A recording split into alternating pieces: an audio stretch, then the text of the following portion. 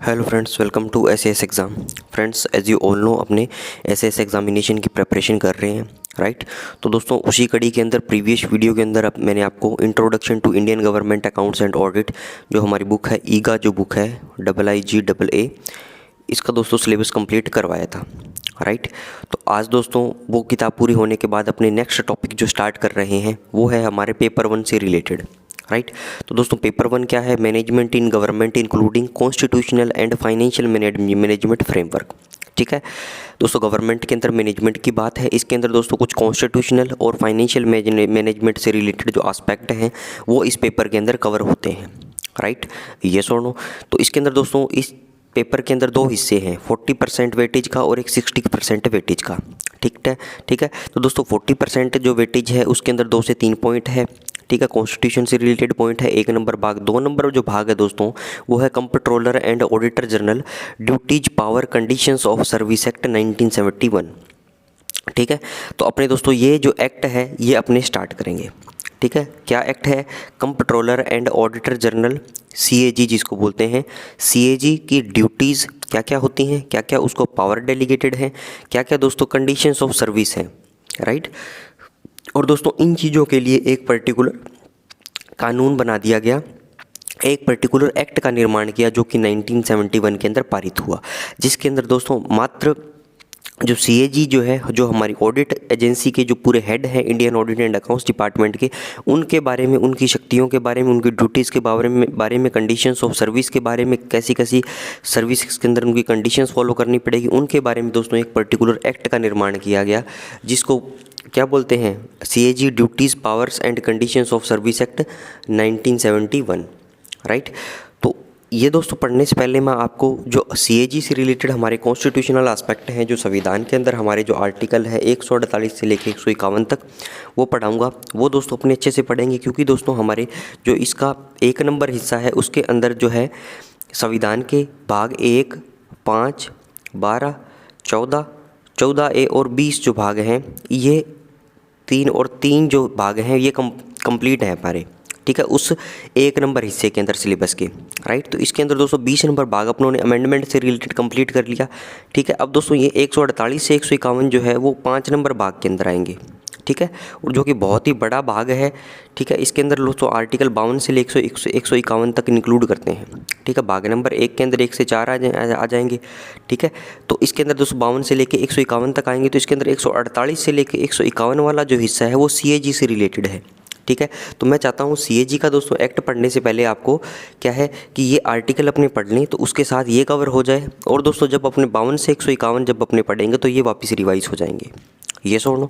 तो ये दोस्तों काफ़ी इंपॉर्टेंट आर्टिकल्स हैं, ठीक है। और इसके अंदर दोस्तों इन्हीं आर्टिकल से आपको जो हमारा मॉडल क्वेश्चन पेपर जो है cgda.nic.in पे, वहाँ पे अपलोडेड पेपर है, उसके अंदर एक मॉडल क्वेश्चन पेपर पे एक क्वेश्चन भी इन्हीं आर्टिकल से पूछा गया था, ठीक है। और दोस्तों फाइनल एग्जामिनेशन के अंदर भी क्या है 3 से 4 क्वेश्चंस आने की उम्मीद है इस एक्ट और इस 148 से 151 तक इन आर्टिकल से, ठीक है। 4 आर्टिकल और ये पूरे एक्ट से, राइट। 3 से 4 क्वेश्चन और दोस्तों मैक्सिमम 5 सवाल भी आ सकते हैं, यस और नो। तो इसके अंदर दोस्तों CAG duties power and conditions of service act 1971 तो इसको बोलेंगे ही, राइट। और दोस्तों इन दोनों को पढ़ने से पहले 148 से 151 और दोस्तों CAG duties power conditions of service act 1971 पढ़ने से पहले मैं आपको दोस्तों कुछ शेड्यूल्स के बारे में बताना चाहता हूँ। दोस्तों संविधान का जो स्ट्रक्चर है उसके अंदर संविधान के कुछ भाग हैं, ठीक है, 22 भाग हैं। और दोस्तों उसके अंदर बहुत सारे आर्टिकल हैं, ठीक है, लगभग 400 के आसपास आर्टिकल है, 395, राइट। वो अपने जब संविधान पढ़ेंगे तो मैं आपको एग्जैक्ट डेटा उसके अंदर बताऊंगा, ठीक है। और दोस्तों वो जो भाग हैं और वो जो आर्टिकल हैं, वो जो पार्ट्स हैं और वो दोस्तों आर्टिकल जो हैं जिनको अनुच्छेद बोला जाता है, उनके अंदर दोस्तों कुछ बातें लिखी गई है और कुछ दोस्तों चीज़ों का रेफरेंस दिया गया है, ठीक है। कुछ एडिशनल डिटेल्स जो हैं इन आर्टिकल के बारे में जो क्या है वो उन आर्टिकल और पर्टिकुलर आर्टिकल्स के अंदर नहीं दी गई है। जैसे फॉर एग्जांपल जैसे आर्टिकल नंबर 1 है, उसके अंदर बोला है India that is a union of states, Bharat जो राज्यों का संघ है, ठीक है। भारत क्या है दोस्तों? राज्यों का संघ है। भारत के अंदर बहुत सारे स्टेट्स हैं, स्टेट्स को मिला के दोस्तों क्या है एक इंडिया बनता है, एक पूरा भारत बनता है, ठीक है। अब दोस्तों इस आर्टिकल 1 के अंदर क्या है, ये डिटेल जो है दोस्तों संविधान का जो आर्टिकल नंबर 1 है उसके अंदर नहीं है, ठीक है। इसकी दोस्तों यहाँ पे बोल दिया कि भैया ये जो डिटेल है आप पहली अनुसूची में जाके देख सकते हो, ठीक है। क्योंकि दोस्तों पहली अनुसूची जो है वो राज्य से संबंधित है। राज्य का मतलब क्या है, जितने राज्य हैं दोस्तों हमारे पास, जितनी यूनियन टेरिटरीज़ हैं, जितनी उनकी सीमाएं हैं, उनके बारे में सारी डिटेल्स जो है अनुसूची 1 में दे दी गई, ठीक है। क्योंकि दोस्तों ये बाद में चीज़ें बनती गई, बाद में और स्टेट्स बनते गए, ठीक है। तो धीरे धीरे दोस्तों क्या अनुसूचियों का निर्माण हुआ, और दोस्तों क्या है कुछ डिटेल्स जो है आर्टिकल्स में ना रख के क्या कर दिया गया, बाद में उनको अनुसूचियों में डाल दिया गया। यस और नो। तो ये होते हैं दोस्तों हमारे शेड्यूल्स, और ये होती है, इनको हिंदी में बोला जाता है अनुसूची, ठीक है। और ये दोस्तों टोटल कितनी है, 12 अनुसूचियाँ हैं, ठीक है। ये कितनी है दोस्तों, टोटल 12 अनुसूची है।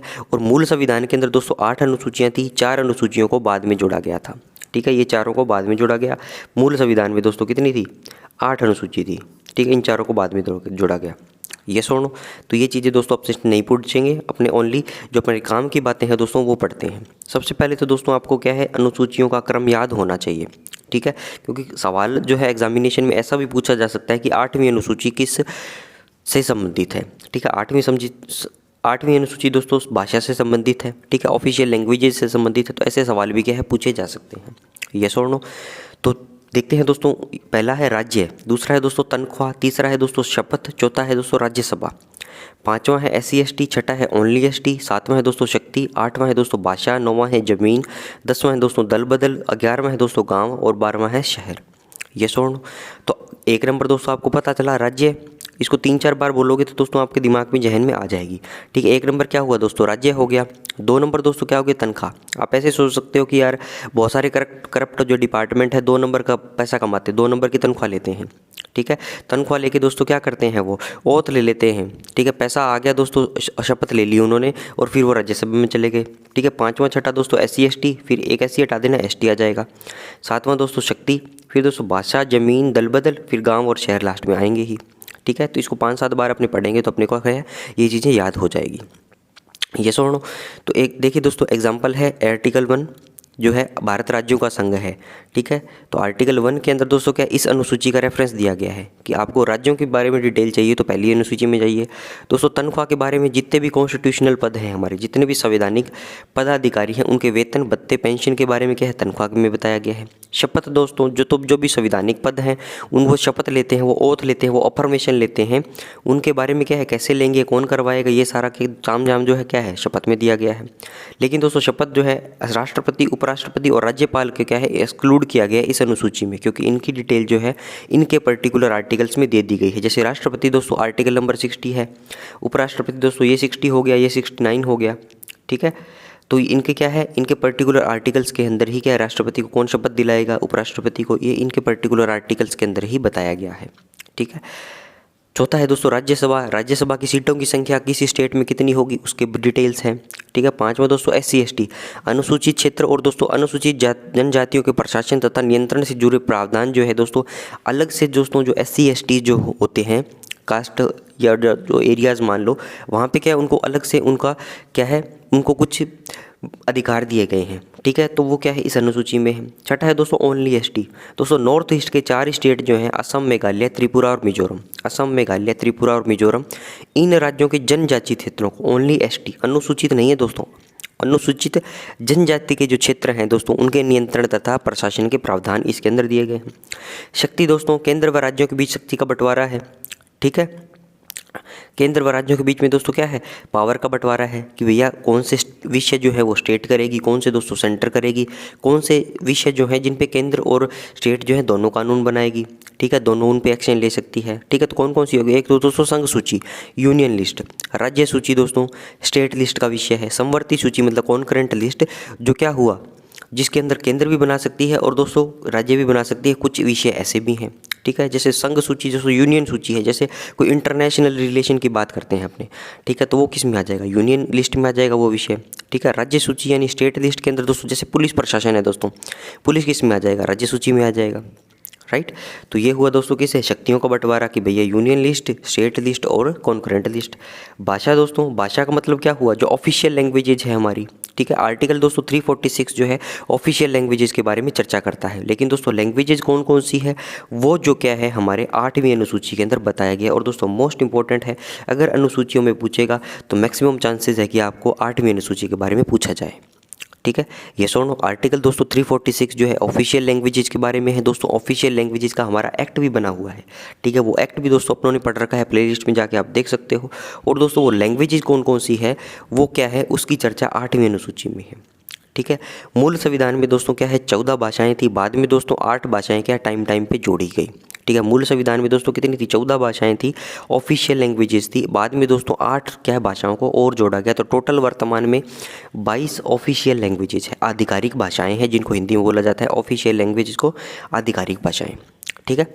तो ये हुआ दोस्तों। और बाद में 8 कौन कौन सी जोड़ी गई दोस्तों, ये अपनों ने 20वां जो हमारा भाग है संविधान का, इसके अंदर अमेंडमेंट के अंदर दोस्तों अपनों ने ये चीज़ें पढ़ी थी, ठीक है। कौन कौन सी पढ़ी थी दोस्तों, वापस रिवाइज कर लीजिए, क्योंकि सवाल यहाँ से भी पूछा जा सकता है। अगर अमेंडमेंट से पूछेगा भाग 20 से, तो सवाल इन चीज़ों से पूछा जा सकता है। अनुसूचियों में पूछा जाएगा तो दोस्तों भाषा से पूछा जा सकता है, मोस्ट इंपॉर्टेंट चीज़ है ये सुनो। तो इसके अंदर दोस्तों देखिए अपने 14 + 8 का खेल है। तो 8 जो भाषाएं हैं, 21वें संविधान संशोधन के द्वारा दोस्तों सिंधी भाषा को जोड़ा गया। इसके बाद दोस्तों 71वें संविधान के अंदर, 71वें संविधान संशोधन के अंदर दोस्तों नमक को जोड़ा गया। नमक मतलब नेपाली, मणिपुरी और कोंकणी, नेपाली, मणिपुरी और कोंकणी, ठीक है। इन 3 भाषाओं को जोड़ा गया 71वें संविधान संशोधन के द्वारा। इसके बाद दोस्तों 92वां संविधान संशोधन, ठीक है। ये कितनी होगी, 1 2 3 4 5 6 7 8, टोटल 8 हो जाएगी। तो 92वें संविधान के संशोधन के द्वारा दोस्तों क्या है, बोडो, डोगरी, मैथिली और संथाली, बोडो, डोगरी, मैथिली और संथाली इन भाषाओं को जोड़ा गया, ठीक है। याद हो जाएगी दोस्तों।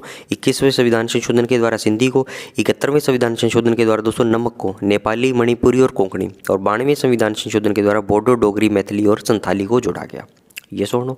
इसके बाद दोस्तों जमीन मतलब भूमि सुधार से रिलेटेड लैंड रिफॉर्म्स आए दोस्तों, ठीक है। जमीन के बारे में कुछ अनुसूचियाँ बनाएगी। फिर दोस्तों दल बदल, जैसे कोई सरकार जीत गई, ठीक है, और दूसरी दोस्तों स्थिर सरकार रहे, ठीक है, स्टैटिक गवर्नमेंट रहे, ताकि लोग जो MLAs जो हैं, जो MPs जो हैं, वो एक दल से कूद के दूसरे में ना जाए पैसों के लालच में, फैदर एनी रीज़न। तो इसलिए दल का कानून बनाया गया, ठीक है। 11वां 12वां दोस्तों गांव और शहर से रिलेटेड है, ठीक है। गांव के दो मतलब क्या है, पंचायतों की शक्तियां तथा उत्तरदायित्व का उल्लेख, ठीक है दोस्तों। ग्राम पंचायत है, पंचायतें हैं, ठीक है। गांव का दोस्तों प्रशासन से रिलेटेड जो क्या है नियम इसके अंदर बनाए गए, बहुत सारे विषय इसके अंदर दिए गए, ऐसे ऐसे आपको करना है। और दोस्तों शहर मतलब नगर पालिका, नगर निगम जो होते हैं हमारी शहरी का जो विकास होगा, जो वो 12वीं अनुसूची के हिसाब से बहुत सारे इसके अंदर विषय दिए गए हैं, उनके हिसाब से होगा, ठीक है।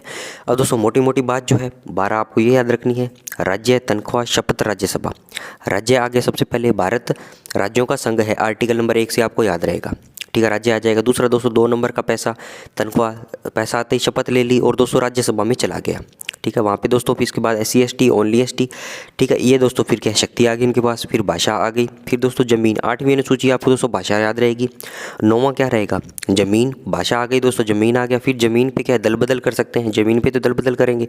फिर गाँव और शहर, ठीक है। तो ये अनुसूचियाँ हो गई दोस्तों। मोटी मोटी जो बातें थी अपनों ने इसके अंदर डिस्कस कर ली, ठीक है। तनख्वाह के अंदर वेतन भत्ते आ गए, भारत राज्यों का संघ है। शपथ दोस्तों किसका आ गया, जो संवैधानिक पद है वो शपथ कैसे लेंगे। राज्यसभा दोस्तों राज्यसभा की सीटों की संख्या। SC ST दोस्तों क्या आ गया, अनुसूचित क्षेत्र और अनुसूचित जनजाति के जो क्षेत्र हैं वो प्रशासन और नियंत्रण से जुड़े प्रावधान। फिर दोस्तों ओनली असम, मेघालय, त्रिपुरा, मिजोरम के जो स्टेट्स हैं, जो नॉर्थ ईस्ट के अंदर दोस्तों स्टेट्स हैं, उनके बारे में क्या है अलग से प्रावधान है, इन चारों स्टेट्स के बारे में। फिर दोस्तों शक्ति, संघ सूची, राज्य सूची, संवर्ती सूची, यूनियन, स्टेट और कॉन्करेंट लिस्ट।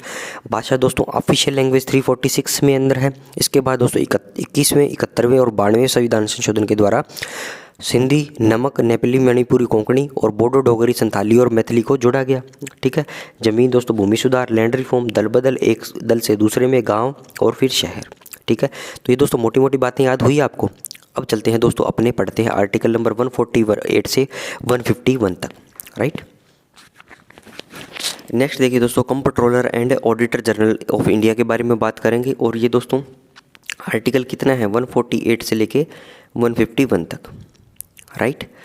तो ये पढ़ते हैं दोस्तों। 148 में क्या दिया गया, there shall be a CAG of India, ठीक है। इंडिया के अंदर क्या होगा, कैग होगा, comptroller and auditor general of India. इसको दोस्तों नियंत्रक तथा महालेखा परीक्षक बोलते हैं हिंदी में, ठीक है। नियंत्रक तथा महालेखा परीक्षक, नियंत्रक तथा महालेखा परीक्षक, ठीक है। एक दो दोस्तों होता है अटॉर्नी जनरल,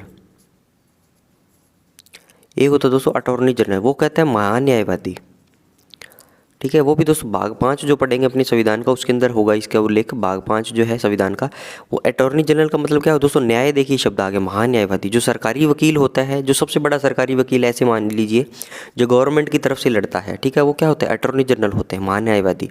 ये क्या हुआ दोस्तों, सबसे बड़ा ऑडिट की एजेंसी हो गई, ठीक है, लेखा परीक्षक, अकाउंट्स जांचने की। ये क्या हुई दोस्तों, गवर्नमेंट की तरफ से अगर कोई केस लड़ेगा, ठीक है, तो वो कौन होगा, महान्यायवादी होगा। ये और no, there shall be a CAG of India who shall be appointed by the president.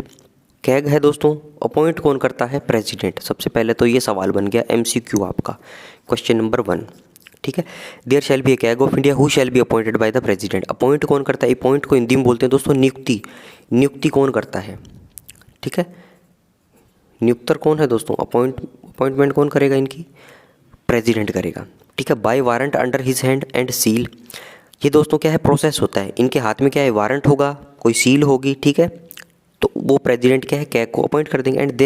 And shall only be removed from office in like manner and on the like grounds as the a जज of the Supreme Court. दूसरा question दोस्तों, CAG को appoint कौन करता है, president करता है।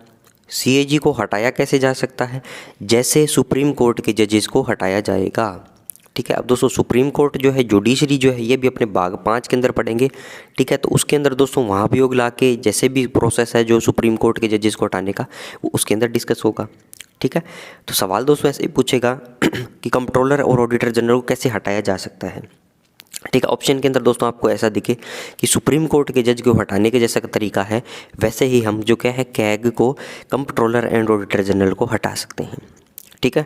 दूसरा देखिए दोस्तों, every person appointed to be CAG shall before he enters upon his office make and subscribe before the president और some person appointed in that behalf by him an oath और affirmation according to the form set out for the purpose of the 3rd schedule, ठीक है। अब इसके अंदर क्या बोल रहा है दोस्तों, कोई भी पर्सन जो अपॉइंट होता है एज ए CAG, कैग, और दोस्तों वो ऑफिस में आने से पहले, before he enters upon his office, office में आने से पहले, make and subscribe before the president, वो दोस्तों क्या प्रेसिडेंट के पास जाएगा या प्रेसिडेंट के द्वारा कोई अपॉइंटेड पर्सन के पास जाएगा, ठीक है, जो प्रेसिडेंट के बिहाफ पे काम करता है, और क्या लेगा दोस्तों, शपथ लेगा, ओथ और अफर्मेशन लेगा, शपथ लेगा। और दोस्तों ये शपथ का प्रोसेस किस में दिया गया है, शेड्यूल 3 में दिया गया है, ठीक है। शपथ का दोस्तों किस में दिया गया है, शेड्यूल 3 के अंदर दिया गया है। यस और नो, जैसे दोस्तों अभी अनुसूचियाँ पढ़ी थी, 3rd शेड्यूल उसके अंदर पढ़ी थी जो शपथ थी। सबसे पहले दोस्तों क्या था, भारत राज्यों का संघ है, राज्य के बारे में, ठीक है, ये पहली होगी। दूसरी दोस्तों, 2 नंबर का पैसा कमाऊंगा भैया मैं, तो तनख्वाह आ गई, ठीक है। तनख्वाह आते ही दोस्तों मैंने क्या ले ली, शपथ ले ली, और शपथ लेके दोस्तों मैं किस में चला गया, 4 नंबर में, राज्यसभा में चला गया, ठीक है। 4 तो याद हो गई दोस्तों, बाकी 4 करके अपने 12 याद कर लेंगे। राज्य, तनख्वाह, शपथ, राज्यसभा, ठीक है, राज्यसभा में चला गया 4 नंबर में, राइट। तो 3rd शेड्यूल के हिसाब से क्या है दोस्तों, ये शपथ लेते हैं CAG। याद हुई दोस्तों, 3 सवाल आ गए। अपॉइंट कौन करेगा, प्रेसिडेंट। रिमूव कैसे किया जा सकता है, सुप्रीम कोर्ट के जज की तरह से, ठीक है। बाद में दोस्तों शपथ को कौन दिलवाता है CAG को, या तो राष्ट्रपति या राष्ट्रपति के द्वारा कोई उनके बिहाफ पे कोई अपॉइंटेड पर्सन, ठीक है। 3 नंबर देखिए दोस्तों, the salary and other conditions of service of the CAG. Salary और दोस्तों कैसी कंडीशंस होगी सर्विस की, CAG shall be such as may be determined by the parliament by law and until they are so determined shall be as specified in the 2nd schedule, ठीक है। अब दोस्तों क्या है, सैलरी और कंडीशंस ऑफ सर्विस है, तो salary कितनी हुई दोस्तों, सैलरी कितनी हुई मेरी, 2 नंबर अनुसूची के हिसाब से, तो इसके अंदर बोल दिया या तो 2 नंबर अनुसूची के हिसाब से, ठीक है, या कोई पार्लियामेंट लॉ बना देगी। तो दोस्तों पार्लियामेंट ने तो लॉ बना ही दिया, CAG duties powers, CAG duties powers conditions of service act 1971, तो इसी एक्ट की बात कर रहा है दोस्तों। तो इस एक्ट का रेफरेंस हमें क्या है, आर्टिकल नंबर 148 के अंदर मिल गया कि भैया सैलरी और अदर कंडीशंस ऑफ सर्विस है जो कहेगी may be such shall be such as may be determined the parliament by law. दोस्तों पार्लियामेंट ने तो लॉ बना ही दिया, एक्ट बना ही दिया, and until they are so determined, अगर ये एक्ट नहीं हो तो दोस्तों क्या 2nd शेड्यूल के हिसाब से क्या है, तनख्वाह दे दो इसको, ठीक है। यस और नो, समझ में आई दोस्तों बातें, आगे चलिए। नेक्स्ट देखिए दोस्तों, the CAG shall not be eligible for further office इधर under the government of India और under the government of any state office he has ceased to hold this office. दोस्तों ये बोल रहे हैं कि रिटायरमेंट के बाद जो कैग है वो कोई भी गवर्नमेंट ऑफ इंडिया या कोई भी स्टेट गवर्नमेंट के कोई भी सरकारी पद पे जो क्या काम नहीं कर सकते। ठीक है, तो ये बातें दोस्तों संविधान के अंदर बहुत देखने को मिलेगी। ठीक है, जो तो बड़ी बड़ी जो कॉन्स्टिट्यूशनल पोस्ट होती हैं इनको क्या है आगे क्या है काम करने के लिए क्या है ये एलिजिबल नहीं होते। ठीक है, 5 नंबर देखिए दोस्तों, the administrative expenses of the office of the CAG। दोस्तों एडमिनिस्ट्रेटिव एक्सपेंसेस है CAG के ऑफिस के, उसके अंदर दोस्तों सारे salaries, allowance, pension payable to और in respect of person serving in that office.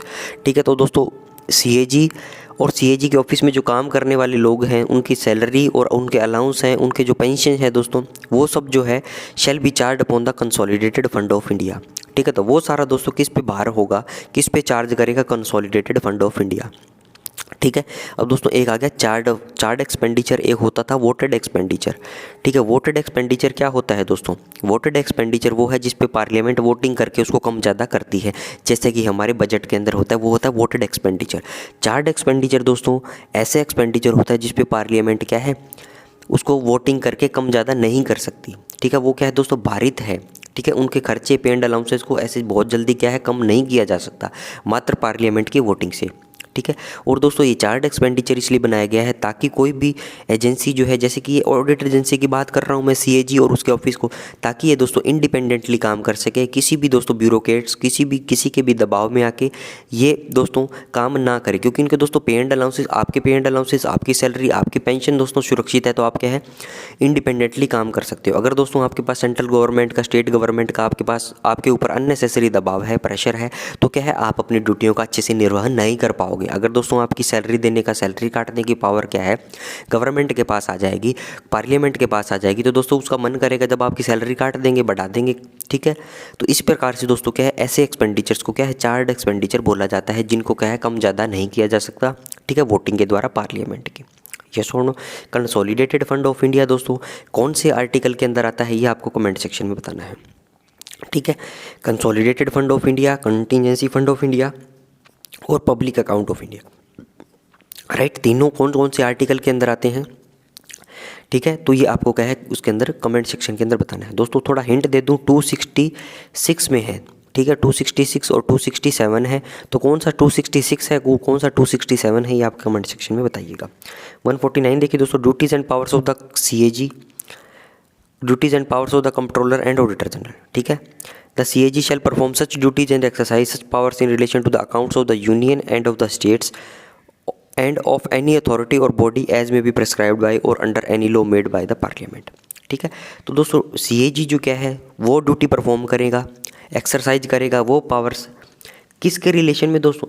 CAG का काम क्या है अकाउंट्स को चेक करना in relation to the accounts of the union, या तो यूनियन के अकाउंट्स होंगे या दोस्तों कोई स्टेट्स के अकाउंट होंगे या कोई अथॉरिटी या कोई बॉडी जो प्रेस्क्राइब करी जाती है या तो किसी लॉ के द्वारा जो पार्लियामेंट ने बनाया हो। तो कुल मिला के बात यह है दोस्तों CAG जो क्या है अकाउंट्स की जांच करता है, यूनियन की, स्टेट्स की या कोई अदर कोई बॉडी जो है वो पार्लियामेंट जो क्या है इसको बताती है। ये सुनो इजी बात थी। 148 हुआ दोस्तों, 149 हुआ। आगे चलिए नेक्स्ट देखिए दोस्तों, आर्टिकल नंबर 150 है form of accounts of the union end of the states. अब दोस्तों यूनियन और स्टेट्स जो हैं उनके जो लेखा जोखा है, उनके फॉर्म जो है, उनके अकाउंट्स जो है वो कैसे बनेंगे इसके बारे में आर्टिकल 150 है। अब दोस्तों ये जो लाइन है आपको हमारे SS के एग्जामिनेशन के हर किताब के अंदर लगभग मिल जाएगी। ठीक है, और दोस्तों ये कम से कम 1000 बार लाइनें ये हमारे एग्जाम में बुक्स के अंदर लिखी गई है। ठीक है, तो दोस्तों वहाँ याद होती नहीं है क्योंकि उसके साथ साथ क्या और चीज़ें ऐड होती रहती है। ठीक है, तो इसलिए दोस्तों आपको क्या है इस आर्टिकल जो 150 है संविधान का, ये जो आर्टिकल है यहाँ से आपको क्या है इसका रेफरेंस लेना है। ठीक है, यहाँ से आपको ये याद रहेगी बातें।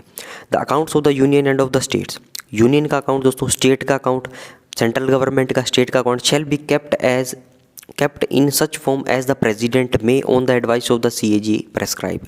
ठीक है दोस्तों, अकाउंट्स जो है यूनियन और स्टेट के कैसे रखे जाएंगे, किस फॉर्म में रखे जाएंगे, प्रेसिडेंट के हिसाब से। लेकिन दोस्तों प्रेसिडेंट किसकी एडवाइस लेंगे, CAG की।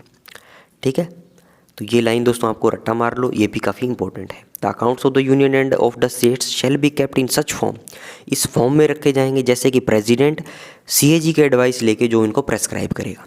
ठीक है, तो ये सवाल बन गया दोस्तों एक MCQ। 151 नंबर दोस्तों, ये MCQ तो क्या है हमारे मॉडल पेपर के अंदर पूछा गया था। ठीक है। ऑडिट हो गई दोस्तों, Indian audit and accounts department ने कर दी। ईगा के अंदर भी अपनों ने दोस्तों चैप्टर नंबर 16 या 17 के अंदर पढ़ा था कि ऑडिट रिपोर्ट तैयार होती है। तो ठीक है, तो वो दोस्तों ऑडिट रिपोर्ट जो क्या है CAG ने तैयार कर दी। The reports of the CAG of India relating to the accounts of the union. दोस्तों CAG की रिपोर्ट जो है, CAG की रिपोर्ट जो है, ऑडिट रिपोर्ट जो है, जो यूनियन के अकाउंट्स के बारे में थी, shall be submitted to the president. ठीक है। अब दोस्तों एक ट्रिक जो है, CAG कोई भी रिपोर्ट बनाएगा तो CAG की दोस्तों जो बराबर का पद जो है वो है प्रेसिडेंट। CAG ऐसा नहीं है कि भाई हर किसी को क्या है ये रिपोर्ट पकड़ा दे, ऑडिट रिपोर्ट। ठीक है, इसके दोस्तों लेवल का बंदा तो होना चाहिए, उस क्लास का बंदा तो होना चाहिए। ठीक है, CAG दोस्तों देंगे प्रेसिडेंट को, प्रेसिडेंट देश दोस्तों आगे किसको दे देंगे, पार्लियामेंट के। और दोस्तों पार्लियामेंट में भी क्या है, हेड को देंगे, पार्लियामेंट को। ठीक है, तो दोस्तों पार्लियामेंट के हेड को दे दिया। पार्लियामेंट का हेड दोस्तों पार्लियामेंट के अंदर जो कमेटीज़ होती है, पब्लिक अकाउंट्स कमेटीज़ जो होती हैं, कमेटीज़ जो होती है जो इसकी जांच करेगी, ठीक है, उनको पकड़ा देते हैं। Right, the reports of the CAG of India relating to the accounts of the union shall be submitted to the president. ठीक है दोस्तों, CAG की रिपोर्ट जो है, ठीक है, किसके रिलेटेड, ऑडिट रिपोर्ट जो है किसके, यूनियन के अकाउंट्स की, shall be submitted to the president, president को सबमिट करी जाती है। CAG दोस्तों ऑडिट रिपोर्ट प्रेसिडेंट को देंगे और दोस्तों president shall cause them to laid before each house of the parliament. और दोस्तों पार्लियामेंट की ईच हाउस को दे देंगे। पार्लियामेंट के अंदर दोस्तों कौन कौन से हाउस हैं, लोकसभा और राज्यसभा। ठीक है, लोकसभा और राज्यसभा, निम्न सदन, उच्च सदन। दोस्तों ये क्या होता है, निम्न सदन, ये क्या होता है दोस्तों, उच्च सदन। ठीक है, अब दोस्तों मैं आपकी भूमिका तैयार कर रहा हूँ, भाग 5 जो संविधान पढ़ेंगे। ठीक है, पार्लियामेंट के अंदर दोस्तों क्या होगा, संसद के अंदर क्या होगा, निम्न सदन, उच्च सदन, लोअर हाउस, अपर हाउस, निम्न सदन, उच्च सदन, लोकसभा, राज्यसभा। लोकसभा के अंदर दोस्तों क्या होता है, लोकसभा स्पीकर। ठीक है, लोकसभा स्पीकर जो होता है दोस्तों इसका क्या है, कंट्रोल करता है। राज्यसभा के अंदर दोस्तों क्या है, राज्यसभा का कौन होता है, उच्च सदन का जो ऊपर जो बैठेगा उनका अधिकारी, ठीक है, जो कंट्रोल करेगा वो होता है दोस्तों उपराष्ट्रपति। ठीक है, उपराष्ट्रपति होता है। ठीक है, और दोस्तों उपराष्ट्रपति क्या है, एज ए पदेन सचिव इसको बोलते हैं। ठीक है, ये दोस्तों ऑटोमेटिक जो उपराष्ट्रपति है जो राज्यसभा का क्या बन जाता है, ऊपर ऑफिसर बन जाता है। ठीक है, उपराष्ट्रपति दोस्तों क्या होता है, पदेन सचिव होता है। राइट, ये सब चीज़ें दोस्तों अपने जब भाग 5 पढ़ेंगे तो लोकसभा राज्यसभा के बारे में क्या है, इन चीज़ों की डिटेल में चर्चा करेंगे। ठीक है, उपराष्ट्रपति दोस्तों पदेन क्या होता है, ऑटोमेटिकली जो किसी को पद दे दिया जाता है, पावर डेलीगेट कर दी जाती है, भले ही वो उपराष्ट्रपति है, लेकिन दोस्तों काम किसका करेंगे, उच्च सदन को चलाने का। ठीक है, राज्यसभा को चलाने का। यस और नो, तो ये हुआ दोस्तों कैग जो है, ऑडिट रिपोर्ट जो है प्रेसिडेंट को देंगे, प्रेसिडेंट क्या कर देंगे, each house of the parliament को आगे टेबल कर देंगे उनको। The reports of the CAG relating to the accounts of state. दोस्तों स्टेट के अकाउंट्स की ऑडिट रिपोर्ट जो है shall be submitted to the governor. वो क्या है दोस्तों, गवर्नर को दे दी जाएगी। ठीक है दोस्तों, reports of the CAG of the India relating to the accounts of state. State की दोस्तों क्या है, रिपोर्ट जो है, ऑडिट रिपोर्ट जो है वो गवर्नर को सबमिट कर दी जाएगी। ठीक है, who shall cause them to laid before the legislature of the state. दोस्तों स्टेट की क्या होती है, विधानसभा होती है। ठीक है, तो विधानसभा के अंदर क्या है, उसको टेबल कर देंगे। राइट, यस और नो, तो ये हुआ दोस्तों आर्टिकल नंबर 148 से लेकर 151 तक डिस्कशन। ठीक है, और दोस्तों संविधान जो है हमें ऑलरेडी पढ़ा हुआ है, ठीक है, बहुत पहले से, इसलिए इस पर ज़्यादा टाइम अपने नहीं देंगे। जो इंपॉर्टेंट बातें हैं दोस्तों हम क्या है वही उसके अंदर से डिस्कस करेंगे। दोस्तों सेक्शन 1 जो है 40% वाला, इसके अंदर 3 हिस्से हैं। एक संविधान का 1, 5, 12, 14, 14A और 20। ठीक है, दूसरा दोस्तों CAG duties, powers and conditions and service act 1971। तीसरा दोस्तों MOD जो है उससे रिलेटेड। और दोस्तों इसी के अंदर चौथा हिस्सा जो है वो OM पार्ट 1 का जो चैप्टर है 1, 4, 6, 9, 10। ठीक है, तो दोस्तों ज़्यादा जो सवाल आएंगे वो यहाँ से पूछे जाएंगे, तीसरे और चौथे हिस्से से। ठीक है, सवाल यहाँ से भी आएंगे दोस्तों, लेकिन जो ज़्यादा क्वांटम होगा क्वेश्चंस पूछने का यहाँ से होगा। ठीक है, यहाँ से दोस्तों क्वेश्चन इजी भी होंगे हमारे लिए अटेम्प्ट करने, यहाँ से दोस्तों क्वेश्चन थोड़े से मुश्किल हो सकते हैं। इसलिए दोस्तों ज़्यादा ध्यान क्या है, अपने ज़्यादा समय जो है इस पे देंगे, बाकी तैयारी तो अपने को इसकी करनी ही है। ये सुनो, तो आज का वीडियो दोस्तों यहीं पर रैप अप करता हूँ। वीडियो को लाइक करें दोस्तों, कमेंट जरूर से करिएगा कैसा लगा आपका वीडियो, ताकि मेरा मोटिवेशन बना रहे। Thanks for watching, have a nice day.